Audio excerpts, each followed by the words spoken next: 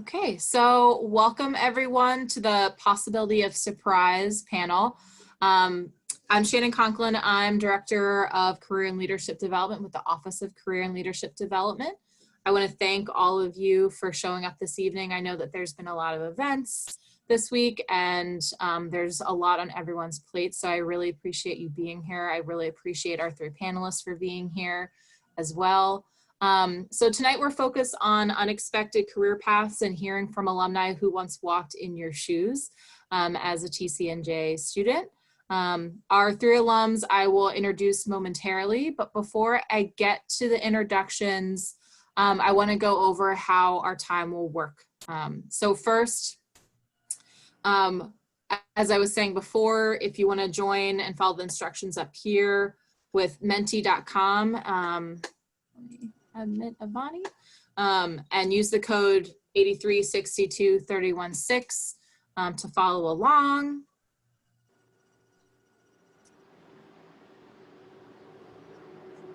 Instructions. I'll have this just pulled up for the first few moments of the panel, and then I'll take the screen share off so we can see everybody much more clearly. I also, on this next slide, hopefully if this all works, to help us take attendance, if you could all scan this QR code. I'm also going to put a direct link in the chat that you can also use. Register. Hopefully that is working for everyone as well. This is a direct link to check in. So especially if there's any follow-up resources based on the discussion or an email that will go out, that you'll all get that information too. So whatever Mentimeter. So essentially you can use, this is a panel. This is the whole design of this evening is to help all of you TCNJ students get the most out of it. Get the advice from our alums. I'm admitting people, so if I pause, I apologize. I'm admitting people as we go.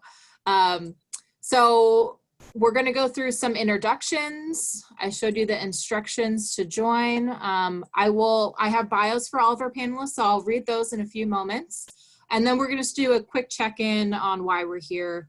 And then you'll have your first opportunity using menti.com to just share if there's anything specific you want us to address, any key takeaways, any questions that you have.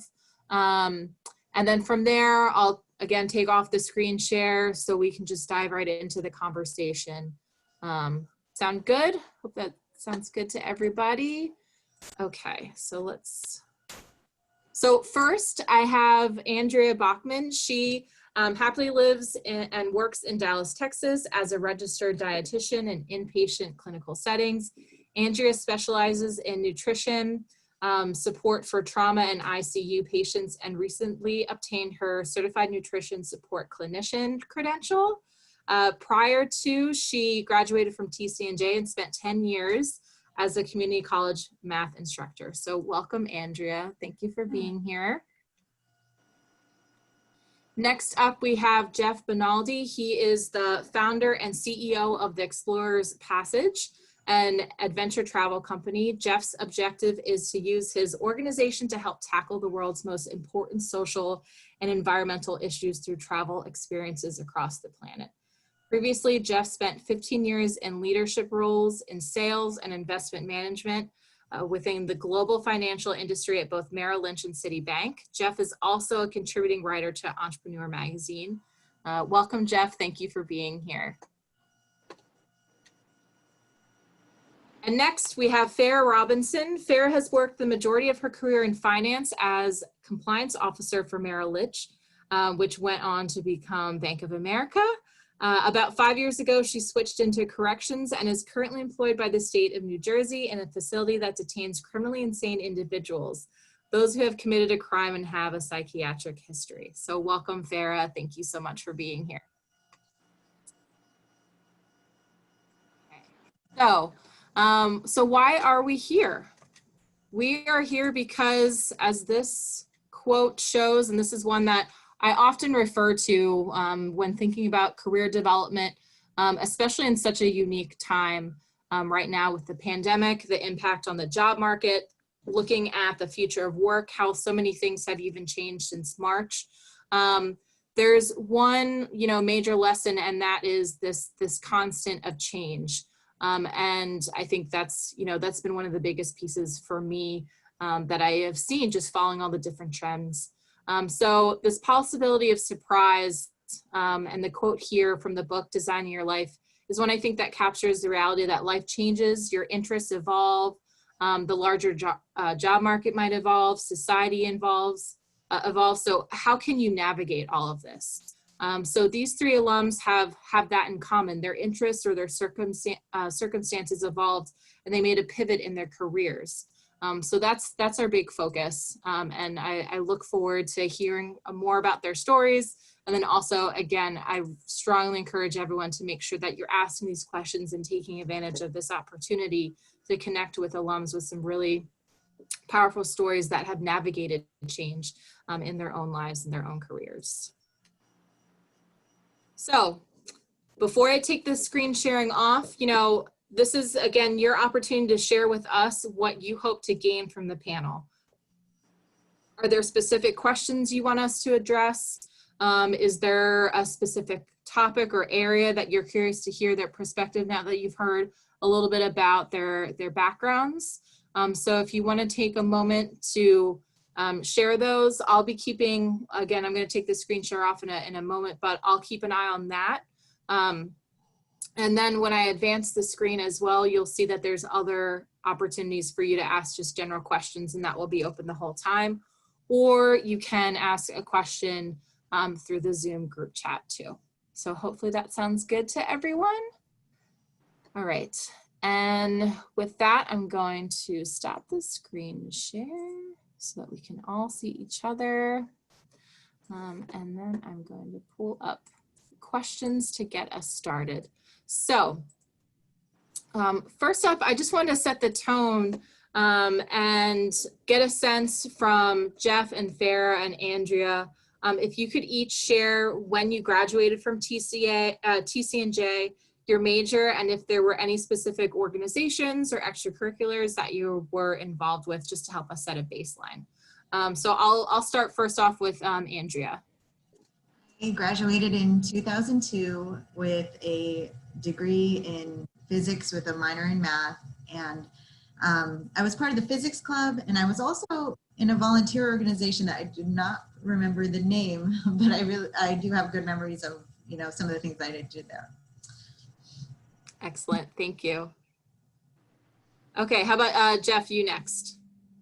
Sure, yeah, I graduated in the year 2000. I was a political science major, but a caveat on that, I think I was a computer science major for about a week, and then I was a business major for about a semester, and then I finally settled on political science. I've changed a bit.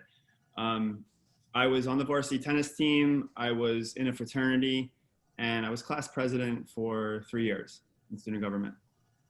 Excellent, thank you, Jeff. And Farah, how about you? Yes, I graduated 2001 with a major in communication studies, a minor in English. I was in the Black Student Union. I feel like I was in the regular student union.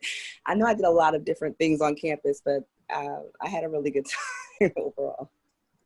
And the reason I ask that is because I know that there's some, new students on here, and just to hear, the importance of getting involved. I know it can be a little bit difficult right now given the unique circumstances, but again, it's important to get involved and have all these different experiences on campus as well. So my first question is, based on your bios, why or how did your career path change? What prompted you to seek a new path? Whether that was in or out of your control, or what were some of the influences for the decisions to make a change? So why don't we start off, Farah, do you want to start off with that? Sure. So I worked in finance the majority of my career. When I was in school, I did part-time. I worked for a bank So I was always just kind of interested in finance. With my major in communication studies, I actually did a intern in New York, and I really wanted to get into like journalism. That was my kind of my thing. But just circumstances didn't 2001 happened. I didn't want to go to New York with 9/11. It was just different things that happened. I kind of trying to just change paths. I also had interned at the time it was a publishing company. I can't remember the name of it right this moment. Now it escapes me. So I had those two different internships that I had kind of varied interest at that time. It was kind of business or journalism. So I ended up working for Merrill Lynch for some time. Then it became Bank of America. With the changes with finance and things like that, I kind of was like, I want a more, I guess, stability, because I also worked for Bear Stearns for a while, and they went out of business. So it was kind of like a lot of moving parts.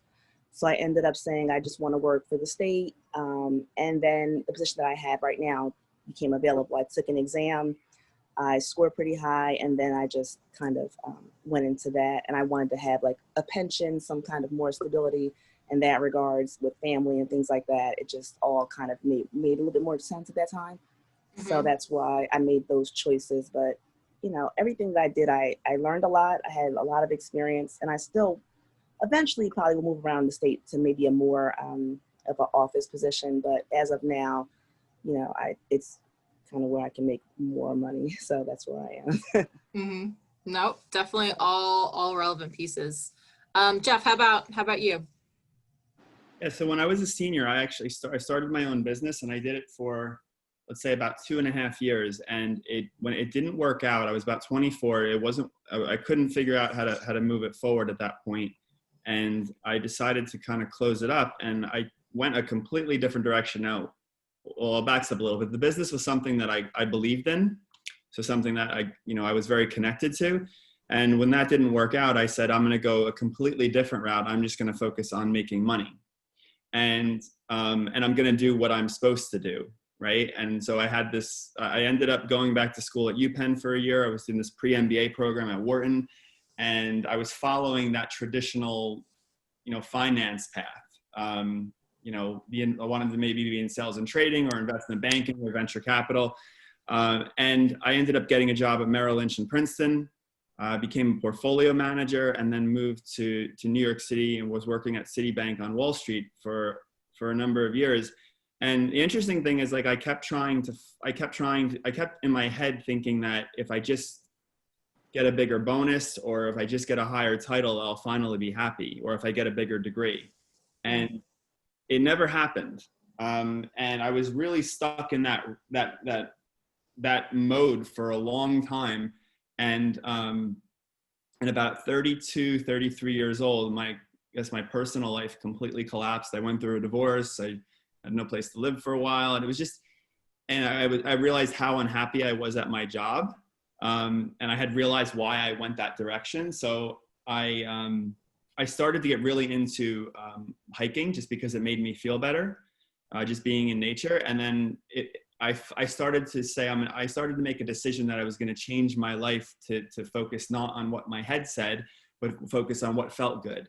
So I would wake up every day and I would meditate, and I would think about what made me happy, or what brought joy to my life. And I started this adventure company on the side, where I would take people around the world and take them on adventures, and it just made me really happy. So in the daytime I was doing banking, and I was miserable, and I had low energy. And at night I had an enormous amount of energy, and weekends when I was working on my travel company. So my goal was to just slowly, step by step, build it up to the point where I was able to be comfortable enough to leave my banking job, because I had a really, really good banking job with good pay, but I couldn't just leave because of certain, financial commitments. And it took 6 years on the side, and I was finally able to leave in early 2018. And, I would say since then, my world has completely opened up. I wouldn't regret anything that I've done. I think I did the best I always could, maybe, and banking has served me now. But I think that, I don't know, following what you feel is a lot, at least for me now, is a lot more important than listening to all the noise around us in society of what we're supposed to do. Very articulate, I can agree, and I'll have something to add to that. But Andrea, please share with us your story. Well, I started out at TCNJ. I decided to major in physics because I love science, and I was really good at math. And to be honest, I really didn't know what I wanted to do with my life. And teaching was something that, both my parents were teachers, and it was just something that I was very exposed to. And I was like, oh, maybe I can do this. And I got in my head of, this idea of I'm going to be a college professor. And really looking back, I wish I had researched more careers, but I really felt pressure to make a strong decision about what you want to do, because it just felt like everyone else just, knew what they wanted to do. And so it felt good at the time to be like, yes, this is what I want to do. But looking back, I kind of feel like I just kind of floated into the path of least resistance. So I had started out doing some tutoring at a community college, and got to know the people in the math department there, and they were like, oh, once you get your degree, if you start working on a master's, you can start teaching some classes here while you work on your master's. So I started teaching there. There was a lot I liked about it. I taught at community college, and I worked on a master's part-time. And once I got my master's, I applied for lots of different full-time community college jobs, and I really struggled to get a full-time job. I very easily got a lot of adjunct jobs, and I was working at multiple schools. So I kind of made the decision that I was going to continue and get a PhD. So I ended up moving to Texas because I also really just, some things in my personal life are causing me also to feel like I need a change and to start over somewhere. And so I actually started a PhD program in Texas, and I absolutely hated it. And I realized what I like about the idea of being a professor is working with people and helping people. I'm not really suited for that high level math. So I ended up then for a few years adjunct teaching at many different schools. And I got so burned out because at one point I was traveling to like 5 different campuses and it was so much traveling and teaching at different schools, and I was just feeling very burned out. And I started to have all these thoughts of, if I could somehow go back in time and start over, what would I do? And I've always been really passionate about nutrition and really interested in how the body works. And I started having these thoughts of, this career of dietitian sounds really cool. If I could go back in time, I would probably choose that. And, some very supportive people around me encouraged me to, they were like, well, why can't you do that? So I researched some different programs, and I started taking some classes because it does require, to become a dietitian, you do need a degree in dietetics and an internship. So I started taking some classes, and I absolutely loved it. I felt like passionate about it in a way that I really hadn't felt before. I also took a job at a hospital in the nutrition department, and that was a really great experience because I got to meet dietitians and shadow them and actually see what they do in their day-to-day in the hospital. And it also was an opportunity to make some great connections. So I ended up doing an internship at UT Southwestern in Dallas that combined the master's with the internship. So it was kind of a quicker route for career changers. And so I did that, and I ended up actually getting a dietitian job at the hospital that I was working, where I had made the great connections. And that's where I'm at now. And I really love what I do.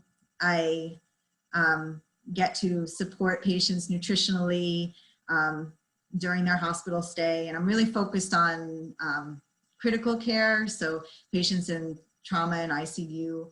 And it's something that I just feel really passionate about. And I feel like, you know, I can relate to kind of what Jeff was saying in his story too, about there's definitely a different feeling when you're doing something that you feel passionate about rather than just following that path that you think you should be following. If that makes sense.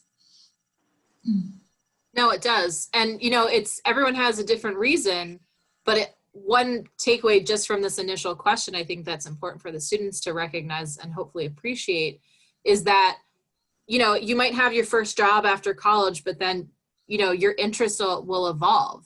There's steps that you can take. There's networks that you can leverage to start thinking about how can I pivot, and thinking about what your priorities are going to be in your career as well. So we've had a couple of questions actually come in from the students. So there's two on here that I think are a little similar. So one is, I have many different career interests, and sometimes I fear that I have to somehow compromise and select one to focus on. I'm not sure how to decide where I should focus my skills and what would be most fulfilling, which segues into another question that came up, was what steps would you advise students if they have many passions but aren't sure how to make that into a career or source of income? So if anyone wants to respond to that along these lines of, you know, if you have different interests, different passions, like how should you decide? What advice do you have for everyone on starting there? Sure, I can take it. I mean, there's two ways to go about it. So if you want to work for a corporation, right, you're probably going to have to pick something. But just because you have all these passions doesn't mean you can't be helping in those. You can't be participating in those in other ways outside of your job, right? So like I'm interested in literally everything in the world. Like my mind is all over the place, and it's not practical for me to put all those in my business. But you know, but what I do is I do have this core thing that I love, and then I try to get my fix on these other things in other ways, whether it's volunteering or just again in other ways. And if you're not going to work at a corporation and you're gonna create your own job, you know, for me, when I started my company, I reflected on the three things that I felt like I loved most, and one was adventure, one was storytelling, and one was history. So the company, my travel company, basically, when it started, we were taking people on historical tours around the world, showing them these greatest stories in history. So I was trying to combine the things that I loved into a company.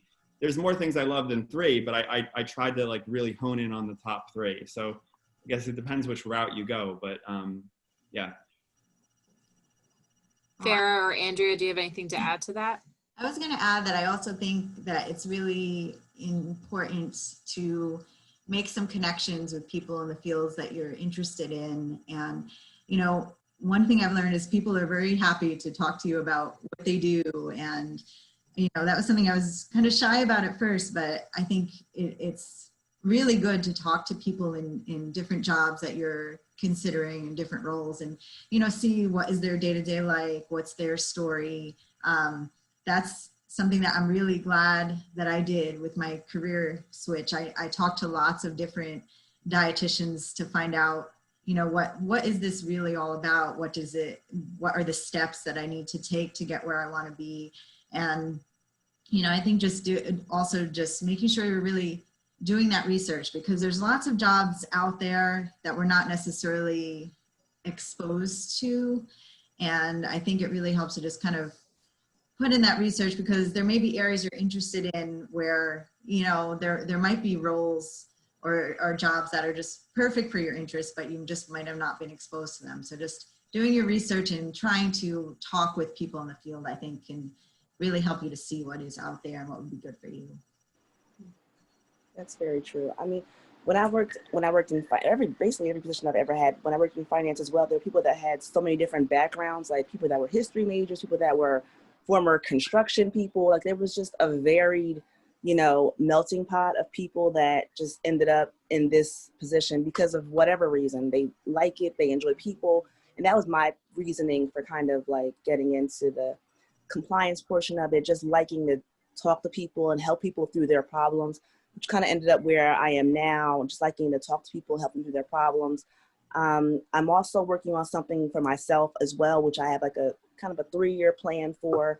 And I just think you can sometimes marry your passions. There are times where they overlap, where you may not think they do. Like I have a sister who she works in nursing, but there are people that have technical, like they go to school for IT, but they're also a nurse and they do the IT for nursing. Like there's different things you can marry that are just so, they seem very far-fetched or far apart, but they're really not. And so you would be kind of like what you said, Andre, you would be shocked that there's ways that you can kind of bridge these gaps, and you wouldn't think that would be a career path. But talking to people, learning things, there's so many different careers that we don't really, know about. Absolutely. And this is, one of the ironic advantages of the pandemic and so many people being home and being remote, because I just gave a presentation on LinkedIn specifically. LinkedIn's usage has went up. I think it was like 690 million members. When I checked, it was up to 709 million members, and their usage went up by 23% just between like March and now. And that just shows like this level of activity has increased because more people are accessible, they're online more, but that hopefully for all the students, that's something for you to recognize. Like this is a really unique time for having those conversations, trying to make some of those connections, leverage your TCNJ network to start exploring what's out there, because, and we have more to discuss obviously, but like one thing here is just, you never know what's going to be out there.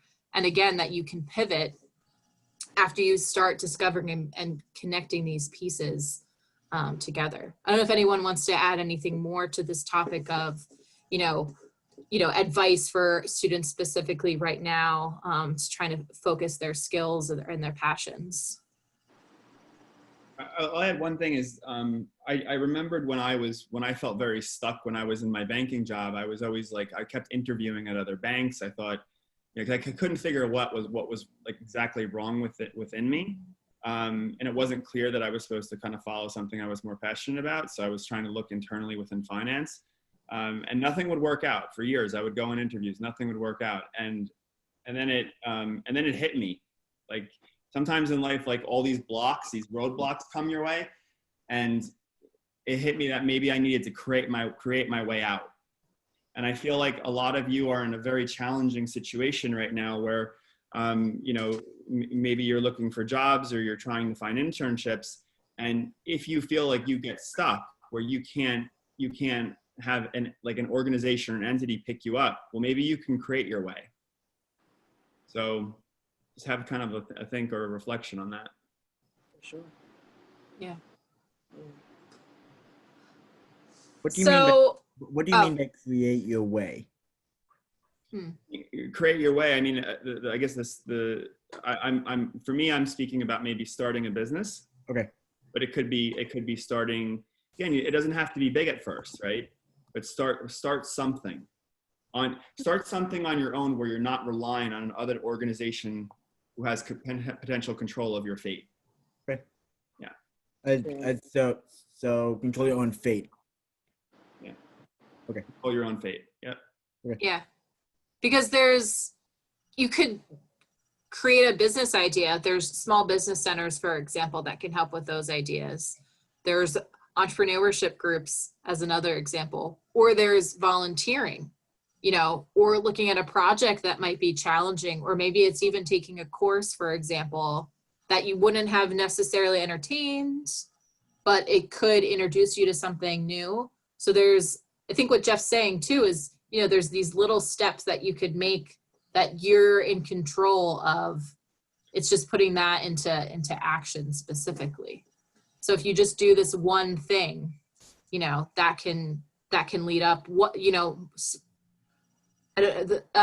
many small things can lead up to something better. Yeah. There's probably a better way to articulate that, and probably a really amazing quote that exists out there to capture what I'm trying to say. But But I think that's kind of some of that overall piece. I was going to add, it's extremely frustrating when you send resumes out and you don't hear back from them. And I'm sure you guys are sometimes in that situation. So, you can still do that, but like we're kind of saying, like, if you can do something else where you can feel momentum and get support, because there is a lot of support out there. And if you need money, I mean, like for me, like I used to waiter at night, right? So there's ways to get money and still have things moving forward. I would also say, I think it's important to be flexible and not, have this idea of this one specific thing that I want to do, because it's very likely that there are, other things that you can also be interested in that you'd be good at. And I think it helps to not, sometimes we limit ourselves by having this idea of, this is exactly what I want to do. And, sometimes we just shut off these other possibilities. So I say just be open to other possibilities and flexible, that I think we all have, multiple paths we can go down that can be fulfilling. So I'm curious, are there any resources that you found helpful in your career or in this change? I know that we've talked about like networking. Were there any that like helped really move the needle that you would recommend for like students to explore or to be aware of? I'm sorry. Yeah, go ahead, Farah. Sorry, you go first. I think overall, everything becomes a resource, right? Like, so as we were kind of all saying, it could be the clubs that you're in, you know what I mean? It could be like, you don't know who a person is that can be a potential contact, because it could be that once you graduate and you kind of separate ways and maybe you meet up again or something like that. And a friend of yours that you went to school with is working at this company that you always wanted to work for, or they know someone who's starting this new company, like Jeff said, and it gets you into that whole realm of what you really want to do. It's just a matter of being open that all things are potential opportunities, as well as the clubs that you're in, as well as the internships that you do. I know that right now, I think internships are very important. There's online internships. You can also volunteer if you have the opportunity, the time, and can take that, just to do that, just to kind of see, because sometimes it's having that few days in a building or those 2 days shadowing someone, you can see if you really want to do it, which can help you to quickly change or help you to dive into it further. Yeah, I agree that volunteering is a really great way to get exposed to different careers and to make some connections. I know at the hospital I work at, we have most of our students that volunteer, and then they also get the opportunity to shadow and to meet people in different professions. So I think volunteering is a really great way, to make those connections and learn about careers. I would also suggest getting involved in professional organizations in the field that you're interested in. Like I started going to the Academy of Nutrition and Dietetics meetings, and I was surprised to see there were a lot of students that were going to those meetings in addition to people who were already professionals in the field. And that also just helped me people and get exposed to different things. And I would also say, if you are interested in a career where you might need another kind of certification, or if it looks like there's another degree that you might need in the future, there's so many programs out there, if you do your research, that sometimes can get you there quicker. So like the program that I did to become a dietitian, they used a lot of the credits that I already had. So there's also, if you do decide in the future you want to do something completely different, there are programs that can make that happen for you, like quicker and easier than you might think. I was going to say, one of the things that I've gotten better as I've gotten older is I try to bring an enormous amount of support around me. So when I was younger, I used to think that I had to do everything alone and I would never get anywhere. And now, like each week, I work with a series of coaches and mentors and different practitioners to to help me get to where I need to. I'm constantly asking them for feedback on myself so they can see the things in me that I can't see. And then I take that in and I take those actions to help me move forward. It's very, very difficult to go at it alone in life. So, you know, I'd implore all of you to use the resources of the college and use the different, you know, people who are in your lives that are willing to help mentor you and provide advice and to bring that, you know, that team of support around you to help you get to where you need to go. One of which is the Career and Leadership Development Office. Everyone, plug. So, one thing you wanted to add. Go ahead, Andrea. It's important to realize that it's also okay to not have it all figured out. And I know that was one thing when I was a college student. I don't know, I had myself convinced that everybody else just had their whole life figured out, and you know, I wasn't sure what I wanted to do, but there's a lot of people in that situation, and it's okay if it takes a little bit more time to figure out your path. Remember, everyone's on a different path. Like, you don't have to be trying to compare, you know, to anyone else or where you think you should be. You're on your own unique path. Absolutely, really great point. Yeah, your definition of success is your definition. Absolutely. Yeah. So we're together until 6:50. So are there any other questions? I have a couple more prepared, but I just want to open it up to everyone to see if you have any questions. You can take yourself off mute. You can, again, send it over chat if there's anything that you want to specifically ask in the last 10 minutes that we have together.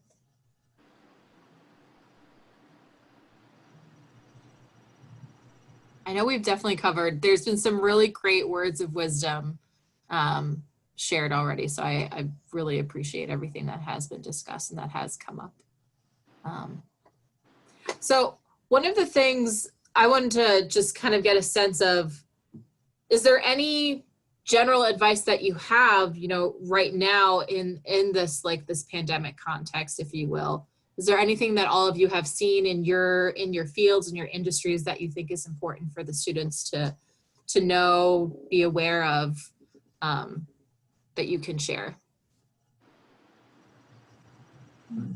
Yeah, sure. So interestingly, I own a travel company, and in April I got actually pretty scared because last year we had a really good year. We moved about maybe 800 people around the globe, and then this year it looked like we're going to move 0. So I was like, okay, this is not good. You know, you quit your job a few years ago, and now no one can travel. But what came out of that is I did a lot of reflection on some of the things I liked and I didn't like about my travel company. And one of the things I didn't like is, yes, I'm sending people away. I'm doing something you could say I'm passionate about, but I'm more passionate about going on the trips, right? So I was missing something where I was not connecting to people the way I wanted to. So, you know, through that process, I ended up starting a consulting company where I work with businesses and entrepreneurs. And it's funny that I actually enjoy that much more than my travel company, and that's now flourishing. And that came out of COVID. So, you know, I didn't expect this, but COVID became a gift to me. And, you know, so, you know, I think one of the other panelists mentioned that, you know, be open to change, be open. You might have a set path of where your life's going to go, and you think like, okay, this is what it's going to be for the next 10 or 15 years, but it doesn't have to, it might not be like that. So be open if you know, you kind of need to take like a different trail or a different route in life. Definitely. Other like resources or tips or, you know, advice or something you observed, Andrea or Farah, would like within, you know, your fields or industries right now within this unique, extremely unique time, I should say. I would say specifically within my field, not so much, but I do know that right now is an awesome time for creativity. Like, I know I like just seeing like younger people that I've like kind of worked with, mentored, if you will, them just like kind of making money online, just by sharing their art, starting like all kinds of things. Some people are doing like physical paint, coming into people's homes and doing artwork. which is awesome too. Some people are doing Canvas work or just, just different media type of things. It's so interesting to me how much creativities come out of this, because you have so much time to just kind of sit and focus on what do you really want to do, and you really can brainstorm, just coming up with a lot of different ideas. And so again, for me, I know that in a few years I want to also have my own just like real estate things going on, so I'm really working on that. But it's been an awesome time to really by not moving, I'm able to save money so I can put more money into what I wanted to do. So it's an interesting time of just being able to be more thought-provoking and more conscious. Yeah, excellent point. How about you, Andrea? The biggest thing is really trying to remain flexible. We had an intern at our hospital that started like basically right when COVID was peaking. And I know that for a lot of interns in dietetics, like some of their rotations are being moved around, or they have to do things online where they would have done them in person before. There's a lot of restrictions and changes at the hospital that some of our interns and new dietitians have to deal with. So I would say just to remain flexible and to realize that some of the struggles that you're having, everyone is dealing with some of these same things right now. We're all dealing with, things being virtual when they were in person before, and navigating some of that technology. But like Farah was saying, this is a great time also to be creative and think about, different ways that we can do things. And I'm seeing, just more, I don't know, I would agree, like more just creativity in the approach to things, which is, I think, something good that's coming out of this. Hear, hear. So in our last few moments, I just wanted to, one more plug to see if any students have any specific questions for any of the panelists. Around, let's see. Okay, so just for some final thoughts, I'm just curious for everyone, what's one thing that you wish you knew when you were, or maybe one or two things you wish you knew when you were at TCNJ, as some parting wisdom for our students looking back?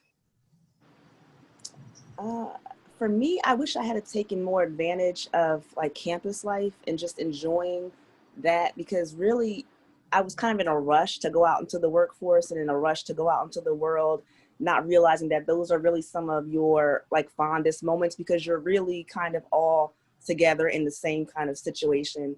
And so I think I wish I really had have just kind of smelled the roses, if you will, more, and just enjoyed where I was, not knowing that, as time goes on, everything goes so fast. And it's like, I was like in such a rush to get out. And I'm like, oh, wow, that was really, would have been a more, I think, just interesting time. I just kind of enjoy where I was and not just kind of rush through it to a degree.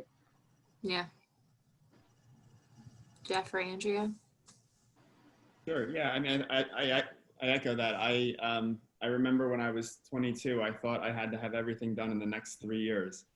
I'm like, I have to get married. I have to get like a really good job. And I just, it's really funny. It's like, I was in this big rush, and because I thought everyone around me, like, I guess it was a measure of success in my head. I don't know. It's strange. And it's funny, like now I'm 42 now, and I'm in no rush for anything. Right. Like I actually don't, this is going to sound bad, but I actually don't have many goals. Like I actually like wake up, and the way I live my life now is I just feel what's right, and I see what unfolds. Because I've seen that anything I've tried to plan anything or have any goals, nothing ever works out the way that you think it's going to work out anyway. So yes, I go about it a completely different way now, and whatever happens, happens. And as long as, it feels right, then I feel like that's where I'm supposed to be. So, yeah. So I like that, but take your time, and you are in no rush. Yeah, I really agree with what Farah and Jeff said, that, I wish I had, I mean, I was involved with things on campus, but I wish I had been more involved and just really made the most of my time there, because I also felt like in a rush to get to the next phase of life, and I felt so much pressure to have it all figured out. And I wish I had just enjoyed my time in college and just been involved with campus activities. And but at the same time, I also wish I had researched careers a little more. I think because of pressure to have it all figured out, I feel like I kind of chose something and stuck with that. And I wish I had just researched some different things and explored some different options. And I would tell all of you to also think beyond those careers that you're exposed to. I feel like a lot of people tend to choose something that's familiar to them, but just look outside of that there's maybe some other options that you don't even know about. Like, I didn't even know that a dietitian was a career when I first went to college. So, just be open to possibilities. That is a perfect plug for the title of this panel, The Possibility of Surprise. So we're just about at 6:50. So we'll start wrapping up, and I just really want to really humbly thank you all, Andrea, Jeff, Farah. Thank you so much for this advice, for sharing your stories. I hope that it was helpful to all the students here joining us this evening. And again, thank you to all the students for joining us. I know that, an evening program, there's pros and cons with it. It's been definitely a full day of programming with the leadership conference, not to mention, I know meetings, Wednesdays can be a busy day at TCNJ. So thank you all for joining us too. So I'm going to stop recording, but if there's anything else, I'm happy to sit on the line a little bit more. If there's any other questions,